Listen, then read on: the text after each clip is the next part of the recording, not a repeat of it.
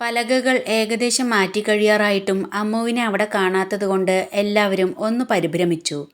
ആ സമയത്ത് അവിടെയുള്ള ഒരു തൊഴിലാളി വന്ന് കൺസ്ട്രക്ഷൻ നടന്നുകൊണ്ടിരിക്കുന്ന സൈറ്റിൻ്റെ ഒരു മൂലയിലായി തൊഴിലാളികൾക്ക് വിശ്രമിക്കുന്നതിനു മറ്റുമായി ഉണ്ടാക്കിയ ഷെഡിലേക്ക് ചൂണ്ടി പറഞ്ഞു. അവിടുന്ന് ആരുടെയോ ശബ്ദം കേൾക്കുന്നുണ്ട്. അത് കേട്ട് അരുൺ അങ്ങോട്ടോടി.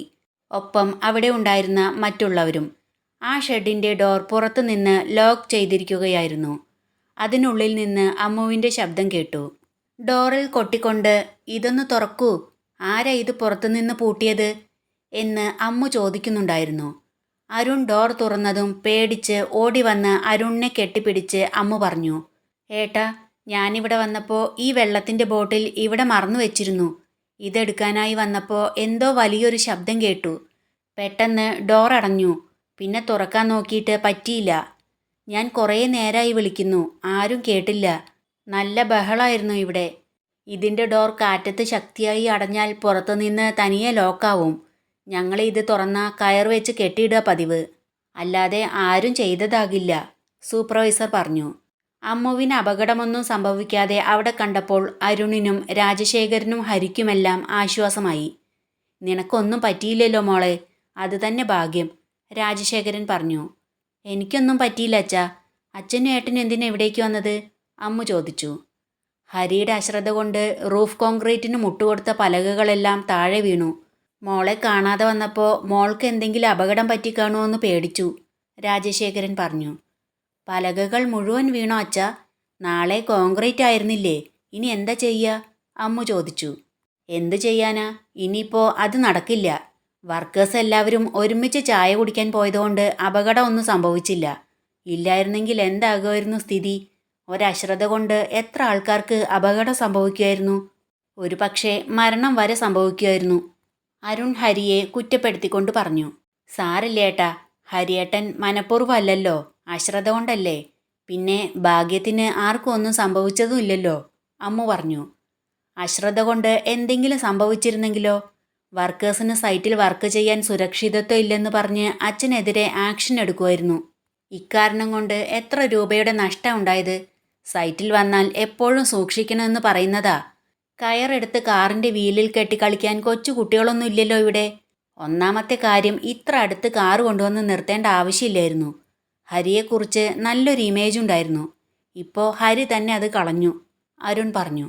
ഹരി മറുത്തൊന്നും പറയാതെ അവൻ്റെ തെറ്റ് മനസ്സിലാക്കി തലകുനിച്ചു നിന്നു. അരുൺ ഹരിയെ വഴക്കു പറയുന്നത് കേട്ട് അമ്മുവിന് വല്ലാതെ സന്തോഷം തോന്നി. എന്നാലും അവൾ പറഞ്ഞു, "സാരല്ലേട്ടാ, ഹരിയേട്ടനെ വഴക്ക് പറയണ്ട. ഹരിയേട്ടന് ഒരബദ്ധം പറ്റിയതല്ലേ. ഇനി സൈറ്റിൽ വരുമ്പോൾ ശ്രദ്ധിക്കാൻ ഞാൻ ഹരിയേട്ടനെ പ്രത്യേകം ഓർമ്മപ്പെടുത്തിക്കോളാം. അച്ഛാ, അച്ഛൻ അമ്മുവിനെ കൊണ്ട് പോയിക്കോളൂ. ഞാനിവിടെ ഒന്ന് സെറ്റാക്കിയിട്ട് വരാം. ഹരി, സൈറ്റിലെ വിസിറ്റെല്ലാം കഴിഞ്ഞില്ലേ? നീയും ഇവരുടെ കൂടെ പൊയ്ക്കോ," അരുൺ പറഞ്ഞു. അമ്മു അവർ വന്ന കാറിൻ്റെ പിൻസീറ്റിൽ കയറിയിരുന്നു. രാജശേഖരൻ മുൻസീറ്റിലും.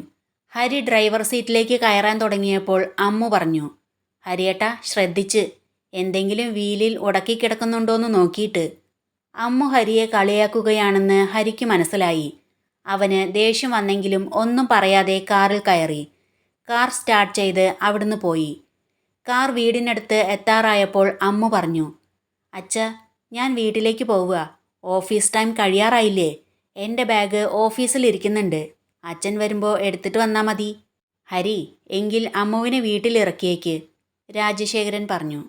ഹരി അമ്മുവിനെ അവളുടെ വീട്ടിൽ കൊണ്ടുപോയി വിട്ടു. കാറിൽ നിന്നിറങ്ങുമ്പോൾ അമ്മു പറഞ്ഞു, "ഹരിയേട്ടാ, ഒരുപാട് ക്ഷീണിച്ചല്ലോ. കയറി ഒരു ജ്യൂസ് കുടിച്ചിട്ട് പോകാം." "വേണ്ട, ഓഫീസിൽ പോയിട്ട് ജോലിയുണ്ട്," ഹരി പറഞ്ഞു.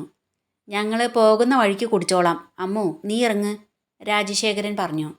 അവൾ വീട്ടിലേക്ക് സന്തോഷത്തോടെ തുള്ളിച്ചാടി കയറി വരുന്നത് കണ്ട് രാജി ചോദിച്ചു, "ഇന്ന് നല്ല ഹാപ്പിയാണല്ലോ?" പെട്ടെന്ന് അവൾ ശോകം അഭിനയിച്ചു പറഞ്ഞു, "സന്തോഷമൊന്നും ഇല്ല ഏട്ടത്തി, സങ്കടത്തിലാ. ഇന്ന് സൈറ്റിൽ ഹരിയേട്ടൻ്റെ അശ്രദ്ധ കൊണ്ട് വലിയൊരു അപകടം ഉണ്ടായി. ഭാഗ്യം കൊണ്ടാ ആർക്കും ഒന്നും സംഭവിക്കാതിരുന്നത്." "അയ്യോ, എങ്ങനെ?" രാജി ചോദിച്ചു. "ഞാൻ പറഞ്ഞില്ലേ ഹരിയേട്ടൻ്റെ അശ്രദ്ധ കൊണ്ടാണെന്ന്. ബാക്കിയെല്ലാം ഏട്ടത്തി ഏട്ടനോട് ചോദിച്ചു നോക്കൂ," എന്ന് പറഞ്ഞ് അവൾ മുകളിലേക്കുള്ള സ്റ്റെയർ കേസ് കയറിപ്പോയി. റൂമിലെത്തിയതും അമ്മു ഡോറടച്ച് കുറ്റിയിട്ട് ബെഡിൽ കിടന്നു. സന്തോഷത്തോടെ ഫോൺ എടുത്ത് ദീപകിനെ വിളിച്ചു. അവൻ കോൾ അറ്റൻഡ് ചെയ്തപ്പോൾ പറഞ്ഞു. അമ്മു പറയ്, എന്തൊക്കെയുണ്ട് വിശേഷങ്ങൾ? ഇന്ന് വിശേഷേ ഉള്ളൂ. ഗ്രേറ്റ് എഫിഷ്യൻ്റ് വർക്കറുടെ പതനം തുടങ്ങി, അമ്മു പറഞ്ഞു. ഗ്രേറ്റ് എഫിഷ്യൻ്റ് വർക്കറോ? അതാരാ? ദീപക് ചോദിച്ചു. അയാൾ തന്നെ. അച്ഛനും ഏട്ടനും കൂടി എന്നെ ഒരാളുടെ കീഴിൽ ജോലിക്ക് നിർത്തിയിട്ടുണ്ടല്ലോ, അയാളുടെ, അമ്മു പറഞ്ഞു. അയാൾക്ക് എന്ത് സംഭവിച്ചു? ദീപക് ചോദിച്ചു. അയാൾക്കൊന്നും സംഭവിച്ചില്ല. അയാളുടെ അശ്രദ്ധ കൊണ്ട് സൈറ്റിൽ വലിയൊരു അപകടം ഉണ്ടായി. അച്ഛനും ഏട്ടനും കുറച്ച് നഷ്ടം വന്നെങ്കിലും എനിക്കത് സന്തോഷമായി.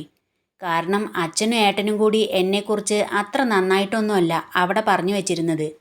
അതുകൊണ്ട് തന്നെ അയാൾ എന്നെ വല്ലാതെ കളിയാക്കുന്നുണ്ടായിരുന്നു. ഇന്ന് അയാളുടെ അശ്രദ്ധ കൊണ്ട് അപകടം ഉണ്ടായപ്പോൾ ഏട്ടനും അച്ഛനും അയാളെ നല്ലതുപോലെ വഴക്ക് പറഞ്ഞു. അത് കേട്ട് എനിക്ക് സന്തോഷമായി, അമ്മ പറഞ്ഞു. ആദ്യമായിട്ടായിരിക്കും സ്വന്തം കമ്പനിക്ക് നഷ്ടം വന്നിട്ട് ഒരാൾക്ക് സന്തോഷം തോന്നുന്നത്, ദീപക് പറഞ്ഞു. അത് എൻ്റെ കൂടെ കമ്പനിയാണെന്ന് എനിക്ക് തോന്നണമെങ്കിൽ എനിക്ക് കൂടി അവിടെ ഏട്ടനെ പോലെ പരിഗണന കിട്ടണ്ടേ? ഏട്ടനെ പോലെ പരിഗണന ഇല്ലെന്ന് മാത്രമല്ല, എന്നെക്കുറിച്ച് അവിടെയുള്ള വർക്കേഴ്സിൻ്റെ അടുത്ത് നല്ലതൊന്നും പറഞ്ഞിട്ടുമില്ല, അമ്മ പറഞ്ഞു. എന്നിട്ട് ആർക്കെങ്കിലും എന്തെങ്കിലും പറ്റിയോ? ദീപക് ചോദിച്ചു. ഭാഗ്യത്തിന് ആർക്കും ഒന്നും സംഭവിച്ചില്ല. ഞാൻ നിന്നെ കുറച്ച് കഴിഞ്ഞിട്ട് വിളിക്കാം. ഇപ്പോൾ ഓഫീസിൽ നിന്ന് എത്തിയതേ ഉള്ളൂ. എൻ്റെ സന്തോഷം നിന്നെ അറിയിക്കാൻ വേണ്ടിയാ ഇപ്പം തന്നെ വിളിച്ചത് എന്ന് പറഞ്ഞ് അമ്മ കോൾ കട്ട് ചെയ്തു. ഹരി ഓഫീസിലെത്തിയതിനു ശേഷം മറ്റു സ്റ്റാഫുകളെല്ലാം ഹരിയുടെ അടുത്ത് വന്ന് എന്താണ് സംഭവിച്ചതെന്ന് ചോദിച്ചു. ഹരിക്ക് തൻ്റെ പക്കൽ നിന്നുണ്ടായ അബദ്ധമാണെന്ന് പറയാൻ വല്ലാതെ ബുദ്ധിമുട്ട് തോന്നിയെങ്കിലും ഒരുവിധം പറഞ്ഞൊപ്പിച്ചു. മറ്റു സ്റ്റാഫുകളെല്ലാം പോയി കഴിഞ്ഞതിന് ശേഷം രേവതി വന്ന് ചോദിച്ചു. എന്താ ഹരിയേട്ട ഉണ്ടായത്? ഹരി സംഭവിച്ചതെല്ലാം രേവതിയോട് പറഞ്ഞു. ഓ ഭാഗ്യം, ആർക്കും ഒന്നും സംഭവിക്കാതിരുന്നത്, രേവതി പറഞ്ഞു. അമ്മുവിനെ കാണാതായപ്പോൾ അതിനടിയിലെങ്ങാനും പെട്ടിട്ടുണ്ടാവോ എന്ന് വിചാരിച്ച് ഞാൻ ശരിക്കും പേടിച്ചു പോയി. എൻ്റെ അശ്രദ്ധ കൊണ്ട് അവൾക്ക് എന്തെങ്കിലും സംഭവിച്ചിരുന്നെങ്കിൽ എനിക്ക് അത് ചിന്തിക്കാൻ തന്നെ കഴിയുന്നില്ല, ഹരി പറഞ്ഞു. ഭാഗ്യത്തിന് ഒന്നും സംഭവിച്ചില്ലല്ലോ ഹരിയേട്ടാ, അങ്ങനെ സമാധാനിക്ക്, രേവതി പറഞ്ഞു. നിനക്ക് ഇറങ്ങാൻ സമയമായില്ലേ, നീ പൊയ്ക്കോ, ഞാൻ വീട്ടിൽ ചെന്നിട്ട് വിളിക്കാം, ഹരി പറഞ്ഞു. ശരി എന്ന് പറഞ്ഞ് രേവതി അവിടുന്ന് പോയി. പിറ്റേന്ന് അമ്മു ഓഫീസിലെത്തുമ്പോൾ രേവതി ഹരിയുടെ അടുത്ത് ചെന്ന് സംസാരിച്ചു കൊണ്ട് നിൽക്കുകയായിരുന്നു. ഇന്നലെ സൈറ്റിലുണ്ടായ അപകടത്തെക്കുറിച്ച് സംസാരിച്ചു കൊണ്ട് നിൽക്കുമായിരിക്കുമല്ലേ എന്ന് ചോദിച്ച് അമ്മു അങ്ങോട്ട് ചെന്നു. അമ്മുവിനെ കണ്ട് രേവതി അവളെ നോക്കി ഒന്ന് ചിരിച്ചതിന് ശേഷം അവിടുന്ന് പോകാൻ തുടങ്ങിയപ്പോൾ തന്നെ അമ്മു പറഞ്ഞു. ഇന്ന് ഏത് സൈറ്റിലേക്കാ അപകടം ഉണ്ടാക്കാൻ പോകുന്നത് ഹരിയേട്ടാ? അമ്മു ഹരിയെ കളിയാക്കുകയാണെന്ന് രേവതിക്ക് മനസ്സിലായി. രേവതി ഹരിയെ ഒന്ന് നോക്കിയതിന് ശേഷം അവിടുന്ന് പോയി. സൈറ്റിൽ പോകുമ്പോൾ പറയണേ ഹരിയേട്ടാ, ഞാനും കൂടെ വരുന്നുണ്ട്. ഹരിയേട്ടന് സൈറ്റിൽ അബദ്ധമൊന്നും സംഭവിക്കാതിരിക്കാൻ സൂക്ഷിച്ച് നടക്കാൻ ഓർമ്മപ്പെടുത്തിക്കോളാന്ന് ഞാൻ ഏട്ടനോട് ഇന്നലെ പറഞ്ഞായിരുന്നു, അമ്മു ഹരിയെ കളിയാക്കിക്കൊണ്ട് പറഞ്ഞു. ഞാൻ സൈറ്റിൽ ആദ്യമായല്ല പോകുന്നത്, ഹരി പറഞ്ഞു. എന്നാൽ ഇങ്ങനെ ഒരു അപകടം സംഭവിക്കുന്നത് ആദ്യമായിട്ടായിരിക്കുമല്ലേ, അമ്മു ചോദിച്ചു. ഹരി അതിന് മറുപടിയൊന്നും പറയാതെ അവൻ്റെ വർക്ക് ചെയ്തുകൊണ്ടിരുന്നു. എന്നാലും ഹരിയേട്ടാ, ആ കയർ ആരായിരിക്കും അവിടെ കൊണ്ടുവന്നിട്ടുണ്ടാവുക? ഇനിയിപ്പോൾ പലകകളോ മുട്ടുകാലുകളോ കെട്ടി സൈറ്റിലേക്ക് കൊണ്ടുവന്നതാണെങ്കിൽ തന്നെ അതാരായിരിക്കും ആ കാലുകളിൽ കെട്ടിയതിന് ശേഷം അതിൻ്റെ മറ്റേ അറ്റം കാറിൻ്റെ വീലിൽ ഉടക്കി വെച്ചിട്ടുണ്ടാവുക? ഹരിയേട്ടന് സൈറ്റിൽ ശത്രുക്കൾ ആരെങ്കിലും ഉണ്ടോ? പറയാൻ പറ്റില്ല. എനിക്കിട്ട് പണി തരുന്നത് പോലെയോ എന്നെ കളിയാക്കുന്നത് പോലെയോ സൈറ്റിൽ ആരോടെങ്കിലും ഹരിയേട്ടൻ അങ്ങനെ ചെയ്തിട്ടുണ്ടെങ്കിൽ അവരൊക്കെ ചിലപ്പോൾ ശത്രുക്കളായി മാറിക്കൂടാന്നില്ലല്ലോ, അമ്മു പറഞ്ഞു. ഹരി സംശയത്തോടെ അമ്മുവിനെ നോക്കി ചോദിച്ചു. നീയാണോ അത് ചെയ്തത്? അയ്യോ, എന്നെ സംശയിക്കില്ലേ ഹരിയേട്ടാ, ഞാൻ ഹരിയേട്ടൻ്റെ ശത്രു ഒന്നുമല്ല, അമ്മു പറഞ്ഞു. ഹരി അവൻ്റെ സീറ്റിൽ നിന്ന് എഴുന്നേറ്റ് അമ്മുവിൻ്റെ അടുത്തേക്ക് വന്ന് പറഞ്ഞു. ഇന്നലെ വൈകുന്നേരം വരെ നീ എന്നെ ഹരിയേട്ടാന്ന് വിളിക്കുന്നത് ഞാൻ കേട്ടിട്ടില്ല. ആ സംഭവത്തിന് ശേഷം നീ വല്ലാതെ വിളിക്കുന്നുണ്ട്. ഇപ്പം നീ അക്കാര്യം സംസാരിക്കുമ്പോൾ തന്നെ എത്ര തവണ വിളിച്ചു കഴിഞ്ഞു? അതൊക്കെ വെച്ച് നോക്കുമ്പോൾ നീയാണോന്ന് എനിക്ക് ചെറിയൊരു സംശയമുണ്ട്, ഹരി പറഞ്ഞു. അയ്യോ ഹരിയേട്ടാ, അതിനെന്നെ സംശയിക്കല്ലേ. ഇത്രയും എഫിഷ്യൻ്റായ ഒരു വർക്കർക്ക് ഇങ്ങനൊരു അബദ്ധം പറ്റിയല്ലോ എന്ന് ആലോചിച്ച് എനിക്ക് ഹരിയേട്ടനോട് വല്ലാതെ സിമ്പതി ഉണ്ട്. അതുകൊണ്ടാ ഹരിയേട്ടാന്ന് വിളിക്കാൻ ഞാൻ തീരുമാനിച്ചത്. ഇപ്പം എനിക്ക് പഴയ ദേഷ്യമൊന്നും ഹരിയേട്ടനോടില്ല. വെറും സഹതാപം മാത്രമേ ഉള്ളൂ, അമ്മു പറഞ്ഞു. നിർത്ത് നിന്റെ നാടകം. സത്യം പറയേ, നീയാണോ അത് ചെയ്തത്? ഹരി വീണ്ടും ചോദിച്ചു. അതെ, ഞാൻ തന്നെ അത് ചെയ്തത്, അമ്മു പറഞ്ഞു. എന്തിനാടി നീ അങ്ങനെ ചെയ്തത്? ഹരി ദേഷ്യത്തോടെ ചോദിച്ചു. നിങ്ങൾക്കൊരു പണി തരാൻ തന്നെ. വലിയ എഫിഷ്യൻ്റായ എഞ്ചിനീയറാണെന്ന ഒരഹങ്കാരം നിങ്ങൾക്കുണ്ടായിരുന്നല്ലോ. അതുകൊണ്ടാണല്ലോ എന്നെ കളിയാക്കിക്കൊണ്ടിരുന്നത്. അതൊന്ന് കുറയ്ക്കാൻ വേണ്ടി തന്നെയാ, അമ്മു പറഞ്ഞു. അത് കേട്ട് ദേഷ്യം വന്ന് അവൻ്റെ കണ്ണുകൾ ചുവന്നു. പല്ലുകൾ കൂട്ടിത്തിരുമ്മി.